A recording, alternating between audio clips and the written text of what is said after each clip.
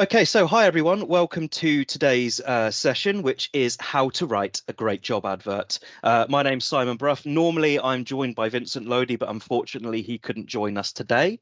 The session runs at about 28 minutes today, so there will be a Q&A afterwards if you'd like to stay. If you do have any questions throughout the presentation, there is a chat function at the top of the screen. Pop your questions there. And this session is going to be recorded. If you'd like a copy of the recording, or in fact, you would just like a copy of the slides that you should be able to see on the screen, please do email sales@PharmiWeb.com, and I would be happy to get them over to you. So kicking off then, today's agenda, it's quite succinct. This is quite a obviously important topic, so I wanted to keep it as succinct as possible.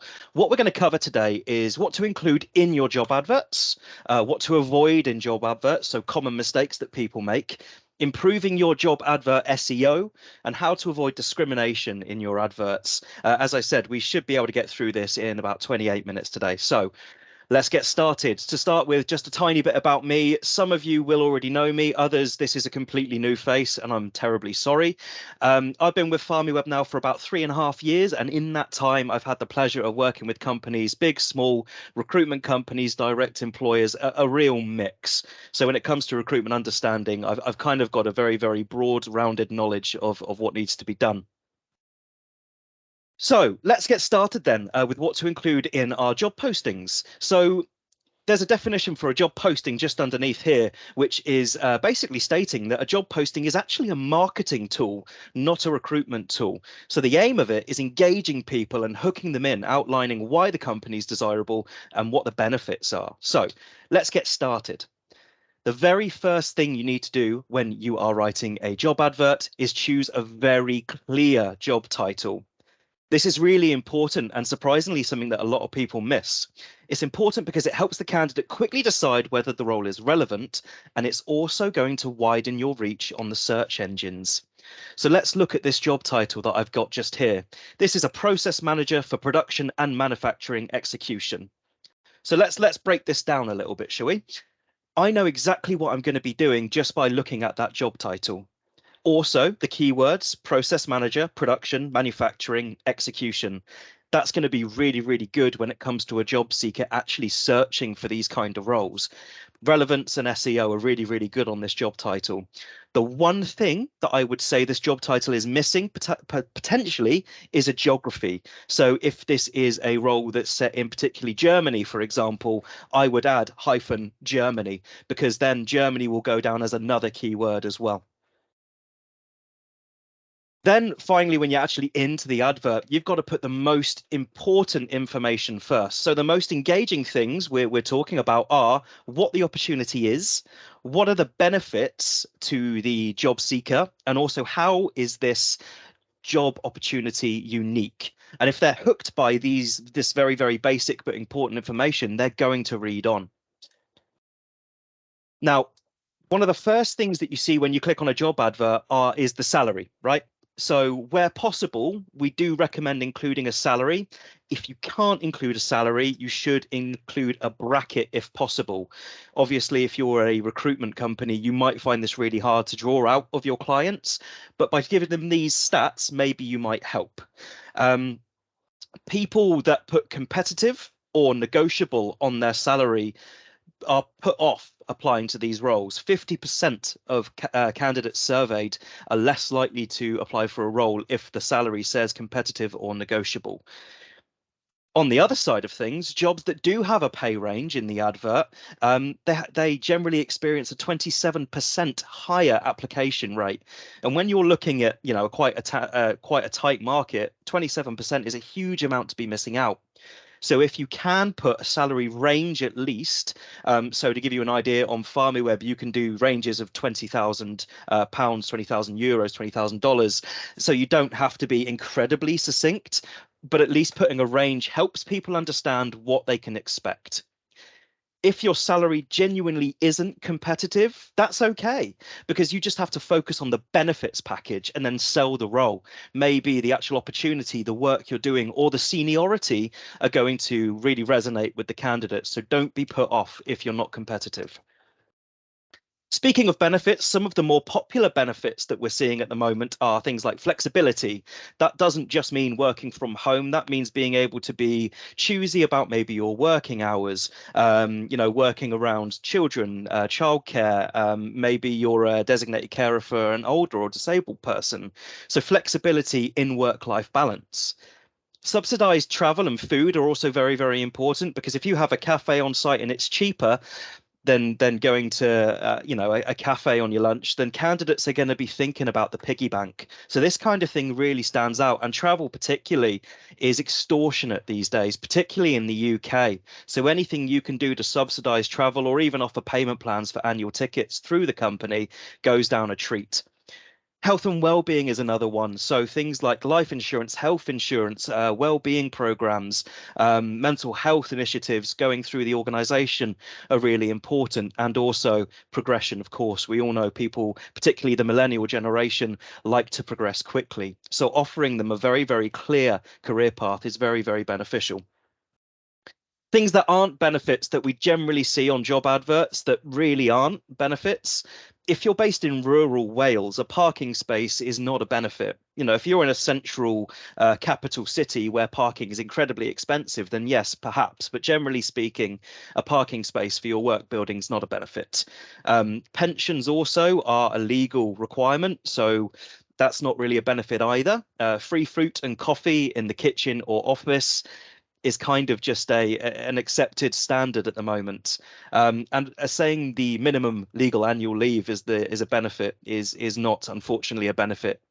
So you don't actually have to write it because people will expect to get the legal annual leave. On to the next slide. What you've then got to do is outline the company culture. What is it that sets you apart from other companies offering similar roles to you? So if you're looking for a CRA, for example, there are so many other companies doing that. So you really have to sell the opportunity and sell the company. Tell them what working for you could look like. You could do this through video.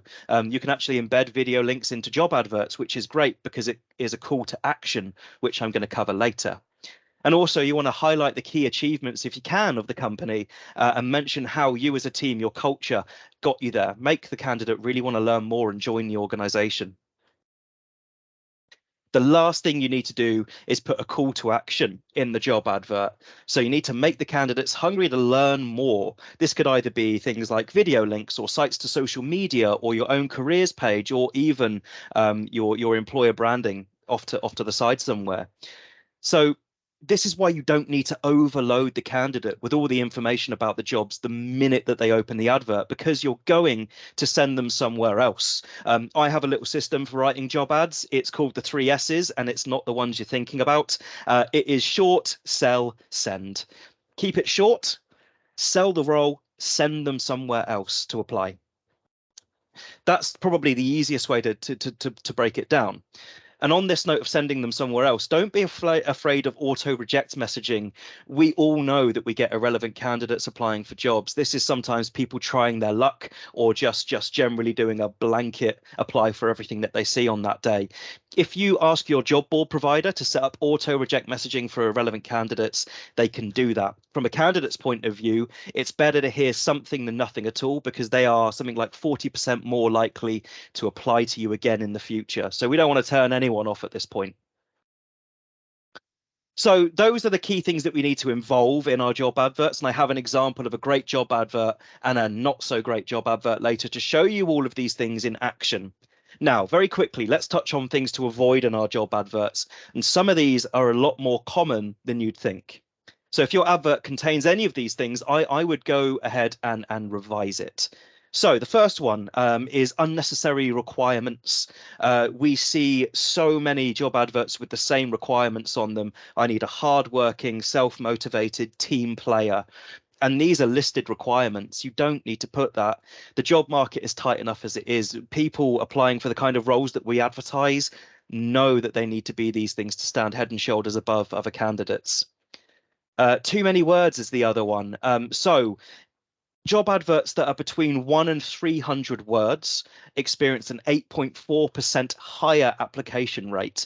Now, you might think it's really, really hard to get everything into 300 words, and it is. There is an art to this. It's not easy, but it can be done. Call to actions, links to other things. This is probably the best way to save on word count. Not having your advert mobile friendly. So if you need to scroll left and right on your advert, this is going to be a big no, because when most people are applying on their mobile phone, 74% of candidates, in fact, apply through a mobile phone. You've just got to be able to go up and down on an advert, and that's kind of it. Um, Too much corporate waffle. We all know that a lot of job adverts like to start with everyone's copy pasted about us section. Don't do that. If you do a really, really engaging hook instead about the company, and you can send them to the website to read the corporate stuff, you're going to get people more engaged more quickly.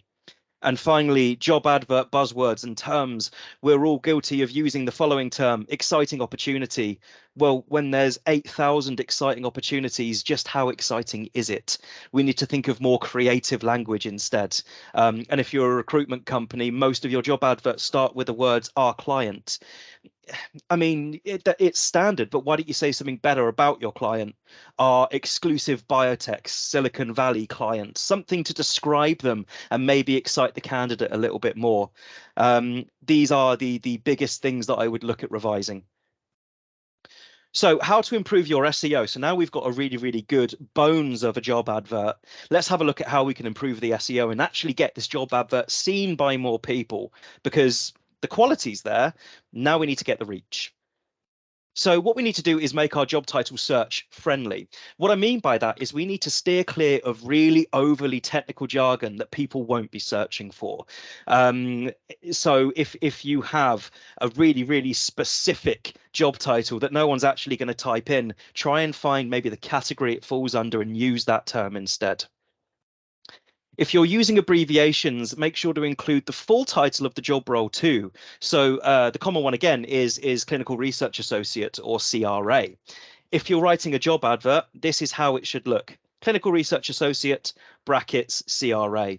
Because a CRA is either going to search for CRA or Clinical Research Associate, and we want to get them no matter what they're searching for. Don't shorten words like manager into mugger, because no one's ever searched for mugger as a job. They search for manager. So don't abbreviate or sorry, don't shorten words. And in terms of length, researchers found that the most ideal length for a job title is between 50 and 60 characters. I wouldn't worry too much about trying to bulk out the job title to make it fit it. That's just what research says is the most engaging job title. So if you can't get that, as I said before, add the location, maybe add the therapeutic area as well. Give as much information as possible. Identify your keywords. Keywords are really, really hard to get right. I completely appreciate that you won't know absolutely every keyword for absolutely every job that you have. What you can do, however, is use Google's keyword planner. You tell it a little bit about the job, and it spits out some of the important keywords that you could be including in your job adverts. Once you've identified them, use them, because particularly Google picks up on those keywords and knows exactly where to map it to on the site. We have to make sure that our writing is clear and concise. As I said earlier, don't give every single detail of the role in the advert. This is an advert. We just need to hook them in, focus on the key elements, and filter out irrelevant applications. Use bullet points to break down your text, and use subheadings as well, because this is going to help job seekers and search engines look through the advert clearly and understand the information that's there. And finally, limit internal jargon, abbreviations, and sort of buzzword terms like sales whiz that people aren't ever going to search for. I've never known a salesman search for a job as a sales whiz.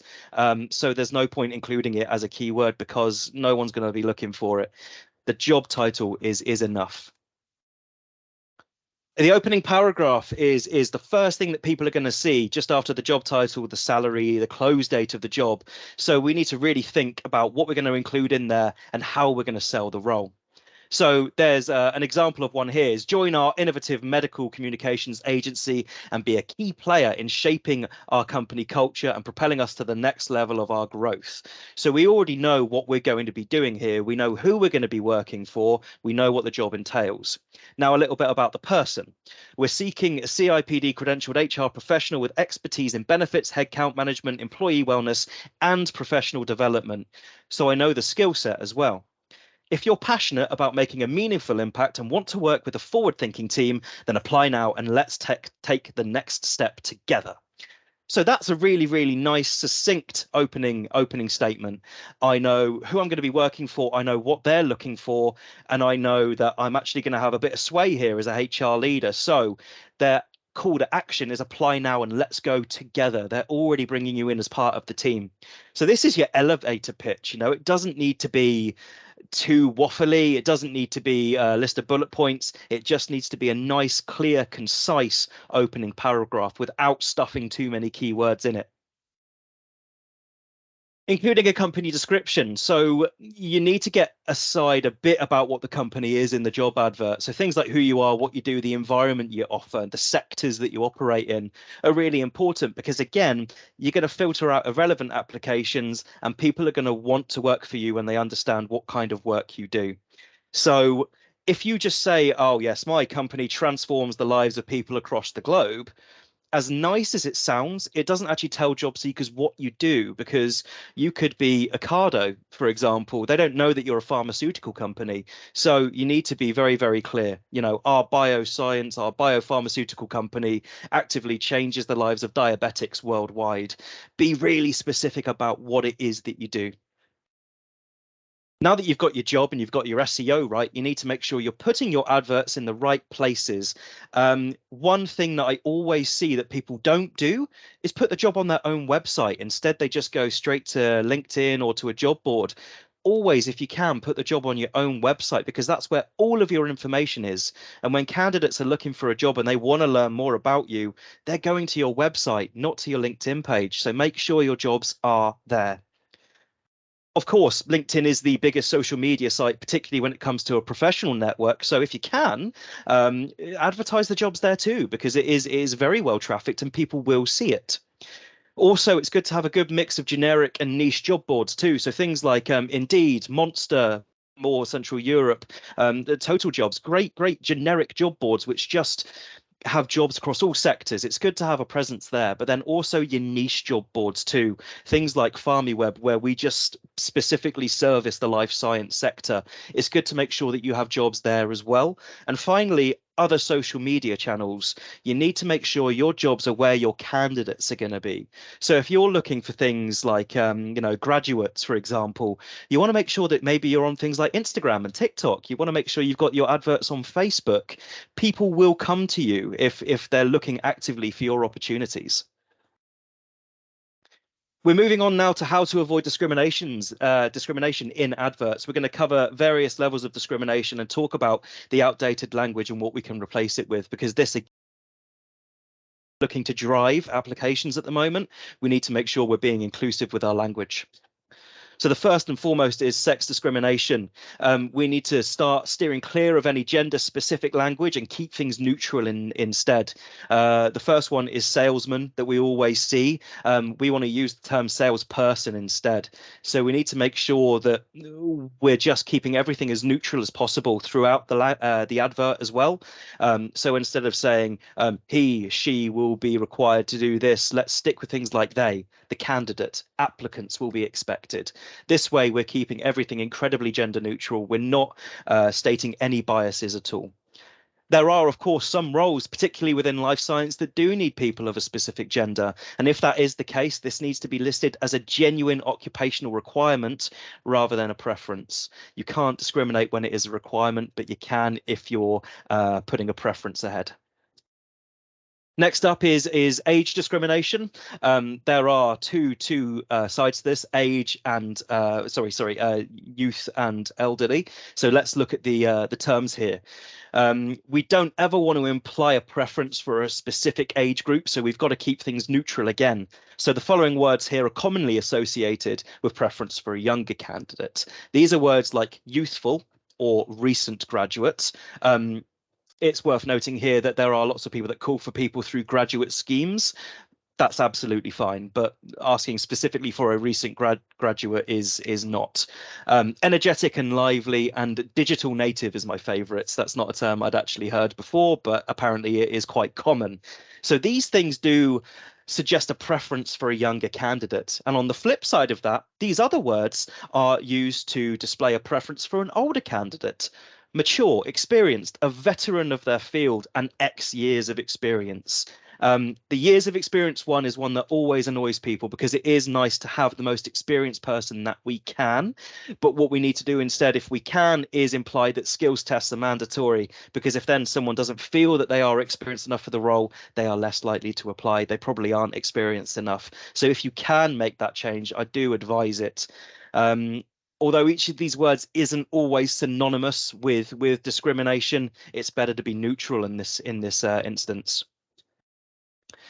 Disability discrimination. So unless your job specifically requires physicality as an occupational requirement, we should avoid terms like able-bodied, healthy, lively, energetic, or strong and agile. These would be off-putting to someone, particularly if you're looking at an office-based job where those things don't really matter so much. You want to try and keep your language as neutral as possible.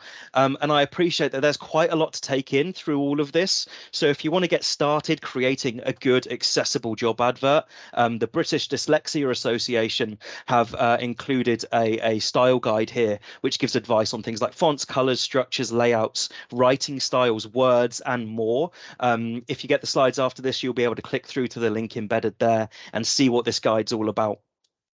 And finally, racial discrimination as well. The biggest way that people are racially discriminated in a job advert is actually based on language ability. So if fluency in a certain language is essential for the role, you've got to be clear that the ideal candidate must be that language speaking or fluent in that language rather than being native or born there. That is the biggest way that we are racially discriminating in adverts. If your adverts do include things like images, videos, use this as an opportunity to showcase your company's diversity. The stats are that generally people from minorities are less likely to apply to a role if they feel like they're going to be a minority there too. So if you do have images, videos that show a multicultural workplace, it's really, really good to have those in your employer branding. You are so much more likely to commit racial discrimination in the screening process than the advertising process. So if you don't have a committee or a plan here in place to address that, it's something that you could look into internally with your DE&I leaders to make sure that you've got this down to a T. So that kind of brings us to the end of the how to, what not to do, here's how we do this. So I wanted to go into an example now of a bad job advert. This is one that is fabricated based on job adverts that we have seen. So let's have a look, shall we? So starting right away, they are looking for a BDM for all products across Europe. So immediately, the thing that screams at me is that job title. No one is going to be searching for that. It's Business Development Manager, brackets BDM. All products. To me, that sounds like an incredibly wide portfolio, and that would be quite off-putting potentially. And finally, Europe is a continent. It's a huge place. We need to be more niche there if we can. The city that the job is based, the city the office is, where you're expected to work unless it is fully remote, then you'd put Europe brackets remote. It says the salary is competitive, so immediately we know that people are 50% less likely to apply for this role. So let's have a quick look at the actual job advert, shall we? This says Umbrella Pharmaceuticals was originally founded in the US in 1968 and has gone from strength to strength. Voted 1997's best place to work in the Southeast. That's 26 years ago. We pride ourselves on putting people first. As such, we have a very strict no weekends policy. So already you're getting an idea for what kind of company this is. Following a reshuffle in 2003, our aims and goals have changed somewhat substantially, and as such, we started a new pipeline, removing ourselves from the old image and re-entering the market. Umbrella Corporation, preserving the life of people. The next line here. So we already don't know anything about what they do. They started as a pharmaceutical company, of course, but now they are a corporation. So what? What is it they're working on? We are now a life-changing organization based in Europe, looking for a BDM who will be in charge of a growing portfolio of products across a range of verticals. As an industry leader, we maintain a high standard and have a strong market share in our areas of specialism, which are what? We need to know what the areas of specialism are, because otherwise they're just going to get every business development manager who knows nothing applying for this role. You will be responsible for driving sales, closing new business, maintaining relationships with key stakeholders across our ledgers. Umbrella Corporation, science for a comfortable life. So this company is way more interested in them than the candidate, and that really shows just from this advert. Let's have a look at the next page. The responsibilities. So here they've got quite a vast list of things to do, and just casting my eye over that, I can see that half of those don't even need to be there. I would probably focus on the top 5. So I would say working daily across multiple time zones is probably quite a good one. Creating new relationships is probably good. Reviewing tools, engaging ROI, that is a manager's duty. Supporting initiatives from senior management, sure. Field visits and office work is needed.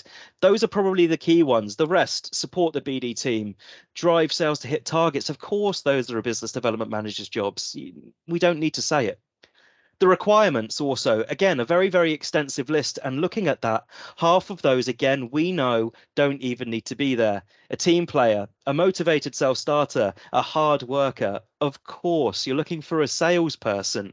They need to be all those things anyway, and they know it. Having a master's degree in science is preferred. That's absolutely fine. The ability to work in England and Europe, fine. They note here you need experience dealing with our CRM, but they don't tell you what the tool is. So again, they're going to get people applying who don't know their tech stack. There will be multiple interviews, both virtually and in person, that you will be expected to attend, and some of these may be international. Side note, Umbrella Corp is committed carbon neutral, and as such, please do not print this job advert. So again, priorities are a mess here. The benefits, the smallest benefits section I've seen on a job advert. You can expect a competitive salary alongside travel expenses, a parking space, 23 days annual leave, including your birthday and Christmas. That's less than the requirement. Join our daily breakfast club, free fruit and coffee in the kitchen, a pension and casual Fridays. Want to know more? Apply now. This is a awful job advert. I'm not hooked in the slightest, and I won't be looking at applying for this job, and I'll probably never think of Umbrella Corporation again. So that is a bad job advert. Let's have a look at a good one now, shall we? So they're looking for a business development manager in dermatology in London in the UK. From the job title alone, I know more about this job than I did the other one entirely. So this is great. The employer is a company called Itch Free. They're based in Greenwich, London. They've put a salary, they've put commission, bonus, and a company car. Let's have a look at the actual advert itself. Everyone itches. Be part of the solution. Itch Free has developed multiple topical products to be made available in pharmacies across the UK. Are you most comfortable in your Mercedes travelling to local traders and developing business the old-fashioned way? If so, read on. A unique chance awaits. Instantly more gripping. I know exactly what I'm going to be doing on a daily basis. Founded in London back in 2016 when the R&D department of a larger firm had a brainchild, Itch Free focuses on topical emollients with a promising pipeline found here. So there's a call to action to go and check out the pipeline. Go and learn more about the company, because I'm not going to put it all in the advert. Excellent. Let's talk a little bit about what you can expect. Here are the benefits of working with us. So in contrast to the other one, it's giving you the good stuff first to hook you. Flexibility. Your camera is your own. You know what you're doing. That tells me they need a motivated self-starter who can self-manage and do their work. They don't need to list that now in the requirements. The aforementioned Mercedes, it's yours. It smells like success and topical emollients. Excellent. Funny, and I get a car. 31 days holiday, above the average, raising a day per year. Nice. Life and health insurance for you and your family. Health and well-being being one of the most popular benefits. Progression and training opportunities. Very, very good. Here's the kind of person that would fit us the best. We want an experienced sales professional with a background in life sciences and or pharmacy. Excellent. Excellent presenter, schmoozer, networker. Ability to live and work in the UK. Brackets, we cannot sponsor for this role. So immediately anyone that can't do this role won't be applying. Someone who can add to our bustling work culture. Be you. This encourages you to be your authentic self and bring your best self to work every day. All sounded good so far? Excellent. Here's what you'll be doing on a daily basis. Identifying new opportunities and owning the sales cycle. Working with the commercial director to develop a strategy. Virtual and in-person meetings around London, M25 orbital area. Those that don't know how London works, basically it's encapsulated by a huge road. What this is saying that you'll be operating within that area. Provide training, support and demos to clinicians, so you'll be helping them put cream on. Develop commercial and industry awareness. Okay, great. So this is good. Now down to business. If this appeals to you, I want to hear from you. Call to action. Click apply here, submit your application, and I will aim to contact you within the week. This is great because it's actually managing the candidate's expectations. You're not going to get that follow-up email 25 minutes later to see if they've got your application yet. They're going to wait a week. This is a great job advert. So to summarize, a great job advert looks like this. It's 1 to 300 words long. It has a clear keyword driven job title, Business Development Manager for Dermatology, London, UK. One little paragraph to intro the position and invite them to read on. The benefits of the role, why this role over another one? Well, I get a Mercedes and it smells like topical emollients. Benefits for you, here's what the actual applicant gets. You know, it's that pension, it's that life insurance for the family as well. It's the annual leave more than normal, and calls to action. There were like 2 in that advert. Come and look at my website, my pipeline, contact me, apply now, I want to hear from you. That has the bones of an excellent job advert. So going back to the agenda that we set at the beginning of this web, in our job adverts, what to avoid in our job adverts, improving our advert SEO and avoiding discrimination. We have done all of those things in a very, very short amount of time. And I do thank you for attending today's webinar. Now, before I go into questions, I can see that there are a couple.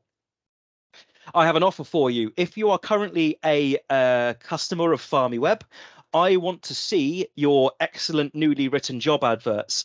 Upload them to PharmiWeb, send me the link, and I will be applying an absolutely free job upgrade to those roles. If you are not a client of PharmiWeb, come and talk to me afterwards, and I'm sure that we could do something to help you as well. So we will move on to questions. Hopefully there are a couple in the chat here. Let's have a quick look. Corporate waffle sounds like a very disappointing breakfast. It does indeed. If anyone does have any questions, please do pop them in the chat now. I do have 1 or 2, so any more would be really, really good. Excellent. Let's have a little look at this one. Can you give me the example of how to include a niche geography within a job title? Okay, when you say a niche geography, I'm going to assume that you mean maybe a more unknown area within a geography. So let's say maybe Nice in France. So what I would do there in that case is I would do the job title. So let's call it talent acquisition specialist. I would then say the therapeutic area or whether or not you need to, depends on the role. And then it would be Nice, comma, France. That's probably the best way of doing that. The other thing you can do for talent acquisition is the brackets TA or TAQ. TAC is another Boolean search that we see for talent acquisition. If there are no other questions in that case, that brings us to the end of the session today, which is grand. So thank you all ever so much for coming today to the How to Write a Great Job Advert session. I really appreciate you all taking the time out to spend it with us. If you would like a copy of the recording or the slides or have any questions, please do email me, sales@PharmiWeb.com, and I would be more than happy to help in any way that I can. It's been great to see you all and hopefully see you on the next one. Thank you all ever so much.